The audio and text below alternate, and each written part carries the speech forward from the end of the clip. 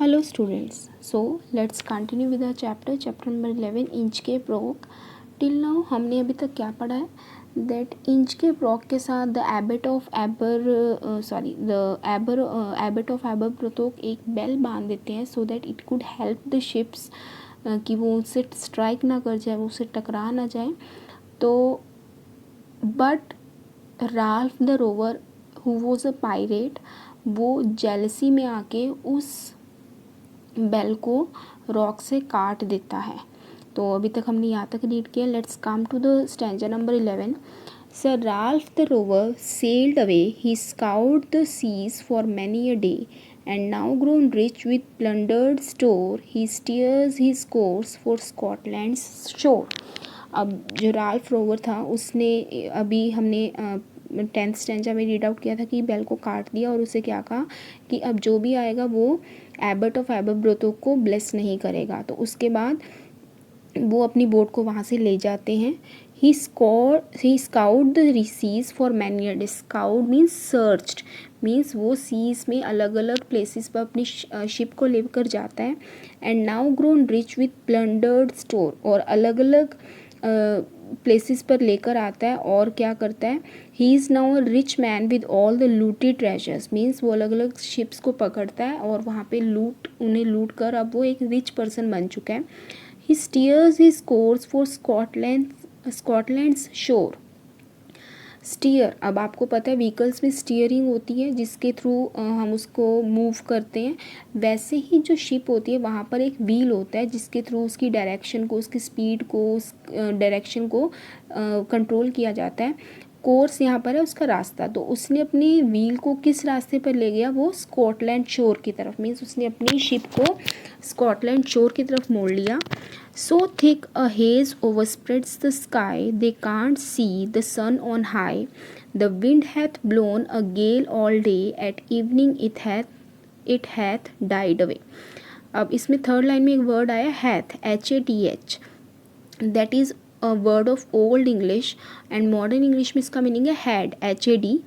तो अब वो क्या कह रहा है कि जब उन्होंने अपना शिप स्कॉटलैंड शोर की तरफ टर्न किया, मूव किया, डायरेक्शन उसकी चेंज की. So thick a haze overspreads the sky. Haze यहाँ पर आप कह सकते हो फोग. तो स्काई पर पूरी तरह से फोग फैली हुई थी. ओवरस्प्रेड्स मीन्स फैली हुई थी. स्काई को पूरी तरह से फोग ने कवर किया हुआ था. They can't see the sun on high, और इतनी फोग थी कि वो स्काई में सन को भी नहीं देख पा रहे थे. The wind hath blown a gale all day. Gale यहाँ पर वैसे तो हैप्पी होता है बट यहाँ पर स्ट्रॉन्ग के लिए आया है कि विंड बहुत स्ट्रॉन्ग स्पीड से, फास्ट स्पीड से मूव कर रही थी पूरा दिन. At evening it hath died away, और इवनिंग में वो डाइड हो गई. मीन्स उनकी स्पीड बिल्कुल कम हो गई. दे स्टॉप्ड ब्लोइंग, मीन्स एक तरह से उन्होंने ब्लो करना स्टॉप कर दिया.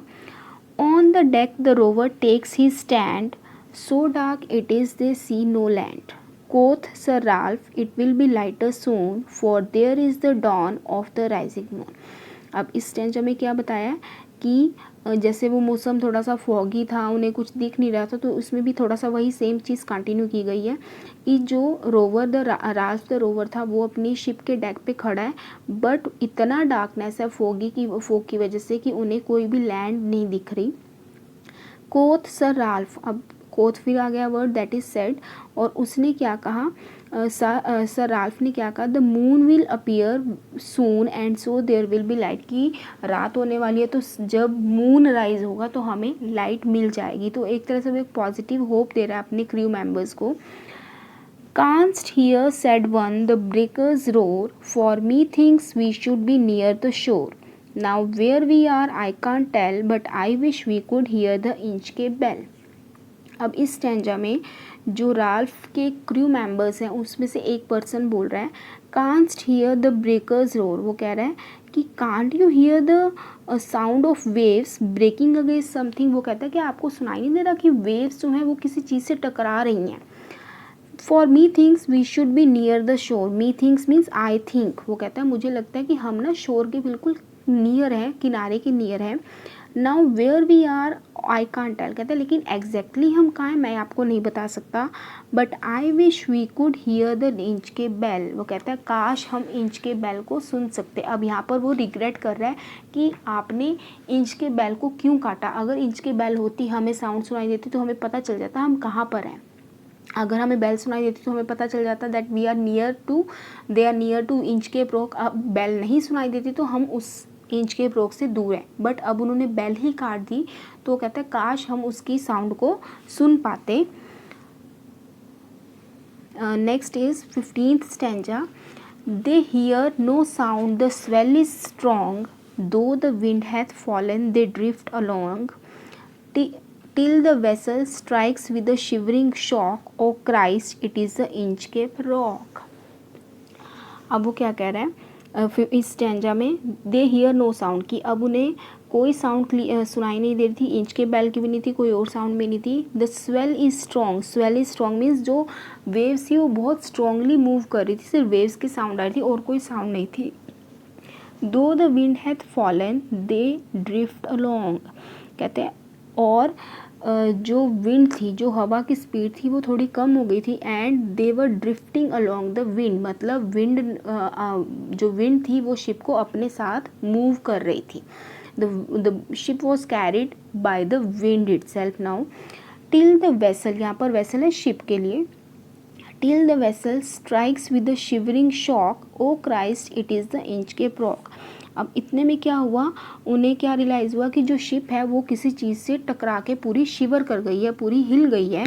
ओ Christ it is Inchcape rock, Christ God को कहते ओ गॉड ये तो इंचकेप रॉक है, मीन्स घूम फिर के उनकी बोट कहाँ पर आ गई, इंचकेप रॉक के पास आ गई, और वो फाइनली उनकी शिप उसी इंचकेप रॉक के साथ ही स्ट्राइक हो गई।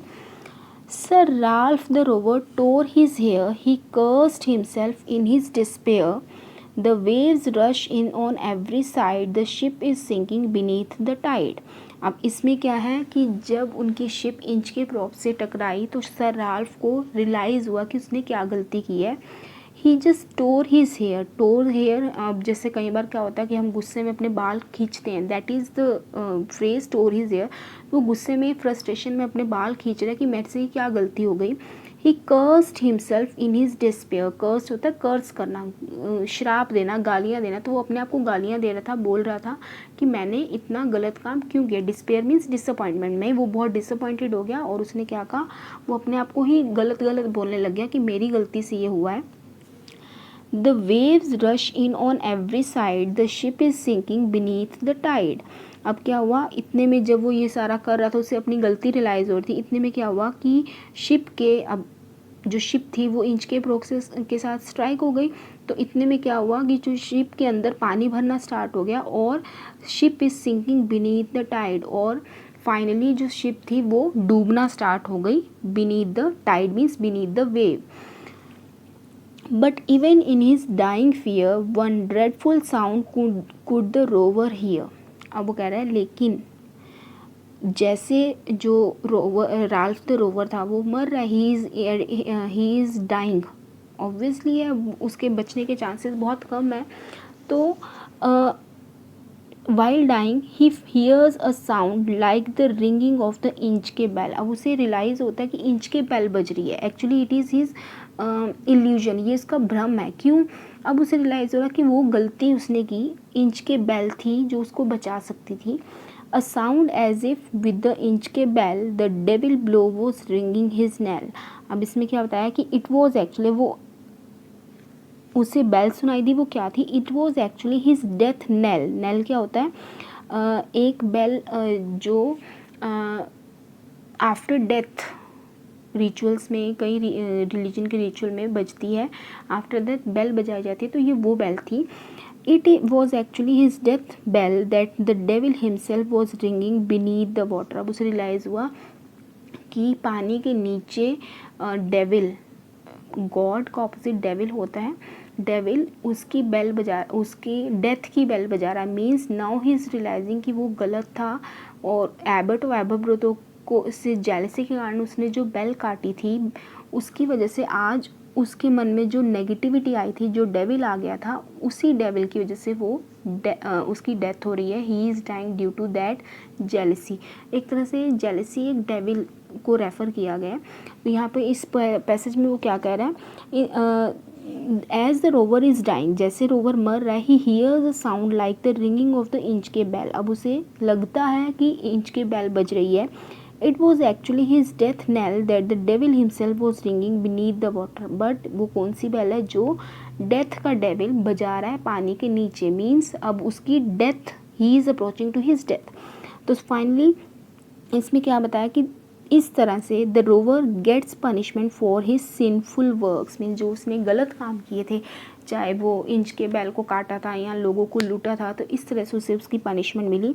रॉबर्ट सदे, अब in this poem again you are getting a message that we should not harm others, we should not hurt others। तो एक तरह से यहाँ पे क्या है, as you sow so shall you reap। सो इसके थ्रू हमें ये मैसेज मिला है, ये मॉरल मिली है। So this is the chapter number 11।